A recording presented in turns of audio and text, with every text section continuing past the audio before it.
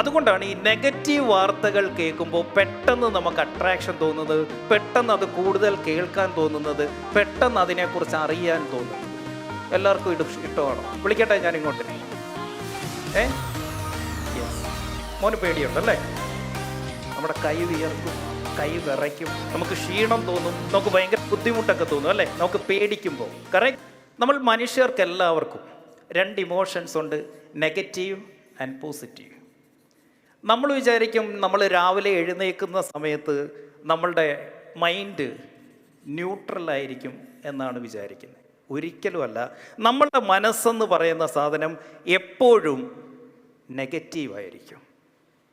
അതുകൊണ്ടാണ് ഈ നെഗറ്റീവ് വാർത്തകൾ കേൾക്കുമ്പോൾ പെട്ടെന്ന് നമുക്ക് അട്രാക്ഷൻ തോന്നുന്നത്, പെട്ടെന്ന് അത് കൂടുതൽ കേൾക്കാൻ തോന്നുന്നത്, പെട്ടെന്ന് അതിനെക്കുറിച്ച് അറിയാൻ തോന്നുന്നത്. പോസിറ്റീവ് കാര്യങ്ങൾ കേൾക്കുമ്പോൾ അത്രയും ആകാംക്ഷ നമുക്ക് വരാറില്ല.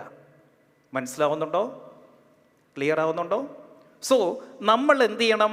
പർപ്പസ്ഫുള്ളി ഈ നെഗറ്റീവ് മൈൻഡിനെ വലിച്ച് ന്യൂട്രൽ ആക്കണം. നമ്മൾ ബോധപൂർവം ചെയ്യേണ്ടതാണ് അതിനെ ന്യൂട്രലാക്കി എടുക്കുക എന്ന് പറയുന്നത്. അപ്പോൾ ഈ ന്യൂട്രലാക്കി എടുക്കുമ്പോഴാണ് നമുക്ക് വിശ്വാസം വേണ്ടത്, പേടി മാറ്റി വെക്കേണ്ടത്. എങ്ങനെയാണ് നമുക്ക് ഈ വിശ്വാസവും പേടിയും ഉണ്ടാകുന്നത്? ഇത് രണ്ടും ഒന്നാണെന്ന് പറഞ്ഞു. ഇത് തമ്മിലുള്ള ഒരു ചെറിയ ബന്ധമുണ്ട്.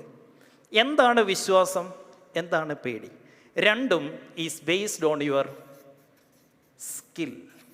ഇപ്പോൾ ഇവിടെ ഈ സ്റ്റേജിൽ കയറാൻ ബുദ്ധിമുട്ടുള്ള, പേടിയുള്ള ആരൊക്കെയുണ്ട്?